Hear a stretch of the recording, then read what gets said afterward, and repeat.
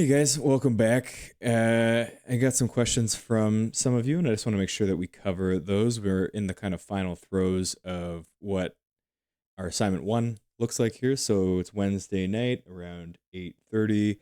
The assignment's still due on Friday at midnight there, or 10 o'clock. I can't remember. Double check your calendars. And I got some good questions from some of you, so thank you for those questions. And I'm going to try and answer them in this little session. So the first question is to do with dimensioning. So let's go ahead and jump into it. So dimensioning is, of course, one of the main things that we do when we're trying to communicate how big something is, or small, as it were. And I'm going to go ahead and jump to my main floor level here. I've already gone ahead and deleted my dimension strings here just to kind of give you some examples of how we might dimension something. So you might get a drawing and, okay, how do I dimension this?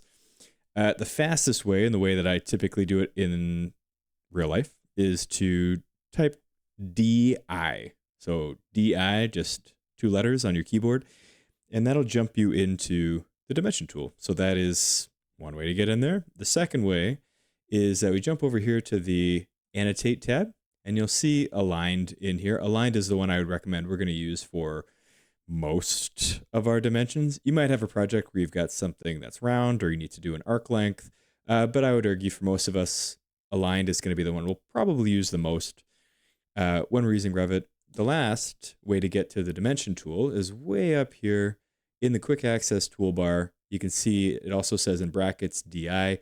That is the Aligned dimension tool. So you can use any one of those three ways. It all gets you to the Aligned dimension tool. So on that, what we can do now is actually get into how to actually dimension something. So I know we did this in class, but just as a refresher, when we do dimension things, remember you can dimension to basically any component, any family inside of Revit. I'm going to turn on thin lines here so we can see what we're doing. So thin lines is up here in the quick access toolbar. It's also TL, or I'm trying to think what L is. Tango. I'm going to say Tango Llama, but that's not right. Anyway, TL, and what we can do, maybe it is Llama, Tango Llama.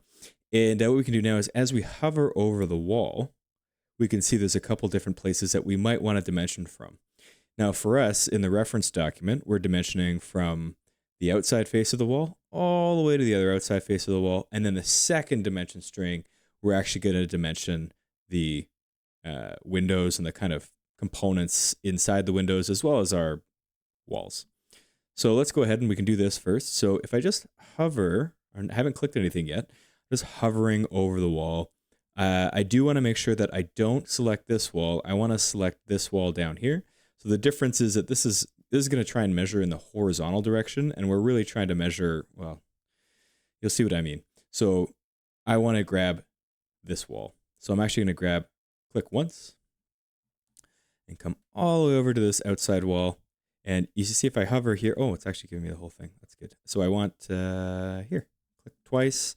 And now we've kind of got the dimension string hanging out here. What I need to do is get away from measuring anything else, right? So I kind of need to not have that dimension string touch something else. And if I click out here, third click, that's now set. Double tap escape to get out of the tool. And now we are out of the dimension tool. So with that being said, what I could actually do is I can actually adjust how big our building is. You might be tempted to click on the dimension style itself, or dimension string itself, and try and double click this. Don't do that. We're gonna hit cancel. What we actually want to click on are the things we want to change. So because I know that I've dimensioned this wall, I can click this wall, and now this becomes what you see is this blue, right? So if I'm off of it, it's black. If I click off of it and back onto the wall, I can see here that we've got a blue kind of zone of text where I can actually edit the dimension string, and I can make this 14,500 and hit enter. It's going to mess me all up, but that's okay. I'm just going to go ahead and hit cancel here. But just so you can see, we can change things using the dimension information. So one of the more frustrating things is I'll show you this in just a second, but when we're dimensioning openings, and just to give you an example here, when we dimension openings, we have to kind of get into a rhythm of what do we want to change, because otherwise it's just going to jump back and forth between the thing, and it feels like you're playing a little tug of war with yourself when you're trying to dimension something. So I'm going to jump in here. This is one of the questions. So I'm going to zoom in just a touch and click the interior wall here. Click the inside face of our window. Hover over the inside face of our window over here. And let's just we'll stop here and we'll click somewhere here. Double tap escape. Now, if I want to go ahead and adjust the location of, let's do the wall first. If I touch the wall, you'll see only one of these dimensions lights up blue, right? So here I can change this to 150 if I wanted to, hit enter, and now we're going to change the overall dimension from 15,000 at 14,950, and this 200 becomes 150. But our dimension for a window remains the same. Go ahead and undo that.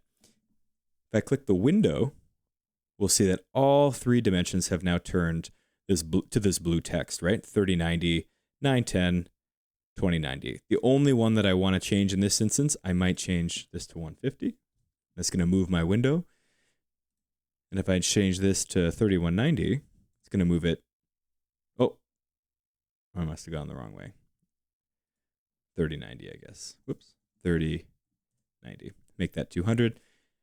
All good, right? So let's say, for instance, we've got more dimensions. Now, we haven't done this in class yet, so I appreciate kind of your patience here.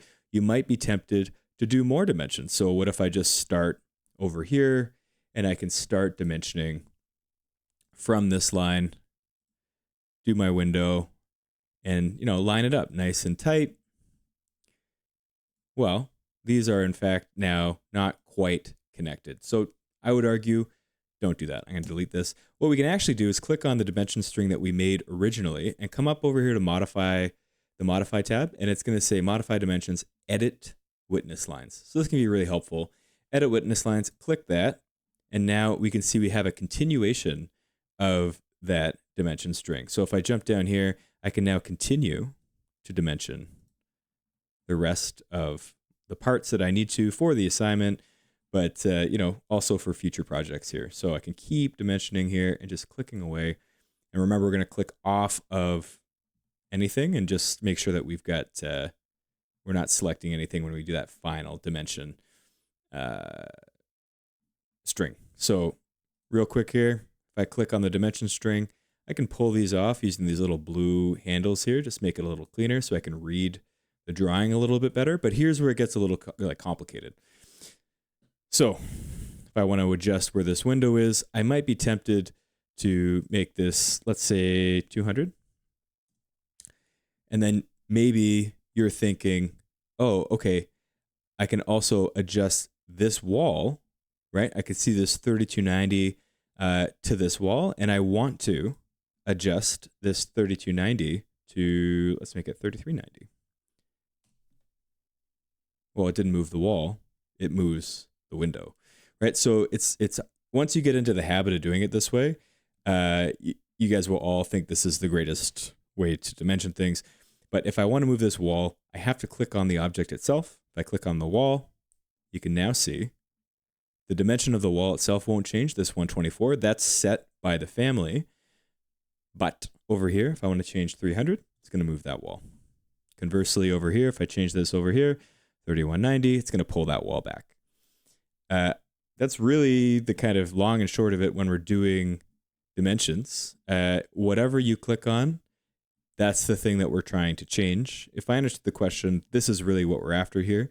We can change things to the left and the right of the object, but you want to click on the object that you want to change. So I hope that makes sense. That's our kind of first video. And I'm going to follow up with a question that I've got from someone else in just 1 second. So thanks for tuning in. I hope that was helpful. If you got other questions, keep them coming. It's helping you. It's helping me. It's helping future Revit users. So I appreciate the time. And keep those questions coming. Keep up the good work, guys. Talk to you soon. Thanks.